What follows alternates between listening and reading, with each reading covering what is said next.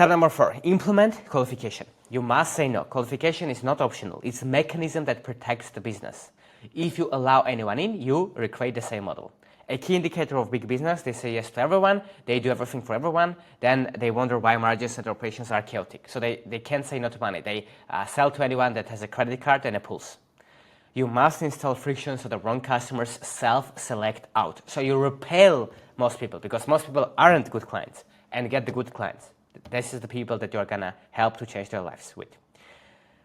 Number 5, this is underrated.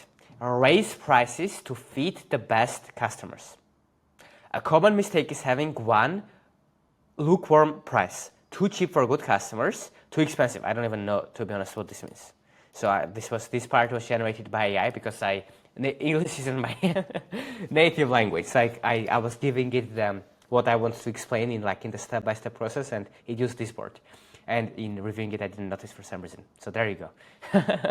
So they are too cheap for good customers and too expensive for bad customers. That's what it means. Instead, price the offer appropriately for the customers who get the most value. Then sell only to them. I'll give an example.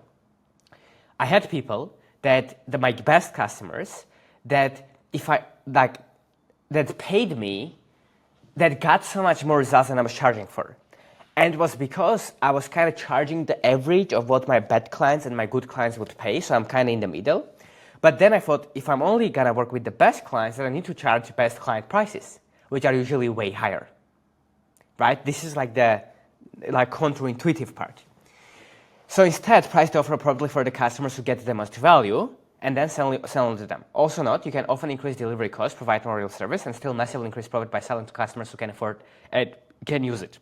So for example, you can triple your price and only work with your best clients because you're there getting triple or 5 times or 10 times the value, and you might hire another person or spend some more time helping them or whatever. But if you spend 10% more time or money or whatever, resources to help them, but you are charging 2, 3, 4, 5 times more, you are still making way more profit than before.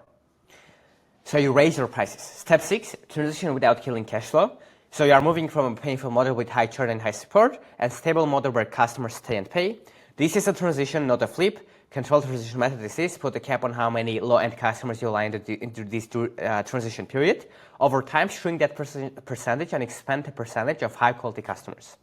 If done correctly, better customers stay longer, they are more profitable, the 20% gradually becomes the majority of the revenue. You eliminate the bad segment entirely. Meaning, if you're making 50K a month and you have 20K a month of expenses, right? Or 30K a month of expenses, and you have lifestyle expenses, whatever, and you can't afford to do this, then you do it over a period of time. So say, okay, so I'm gonna just try to sell as many people as possible like this, but in the short term, I'm gonna just sell, now I'm selling 10 customers a month that are not ideal, I'm gonna sell to 5, or I'm gonna sell to 4.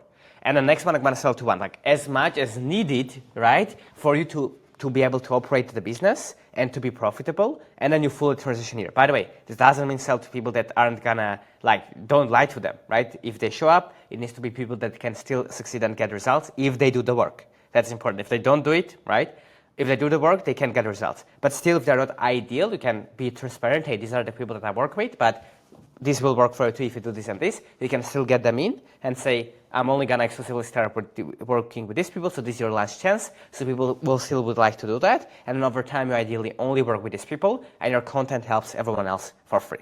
So you do it over a transition of period of time, and that is super important.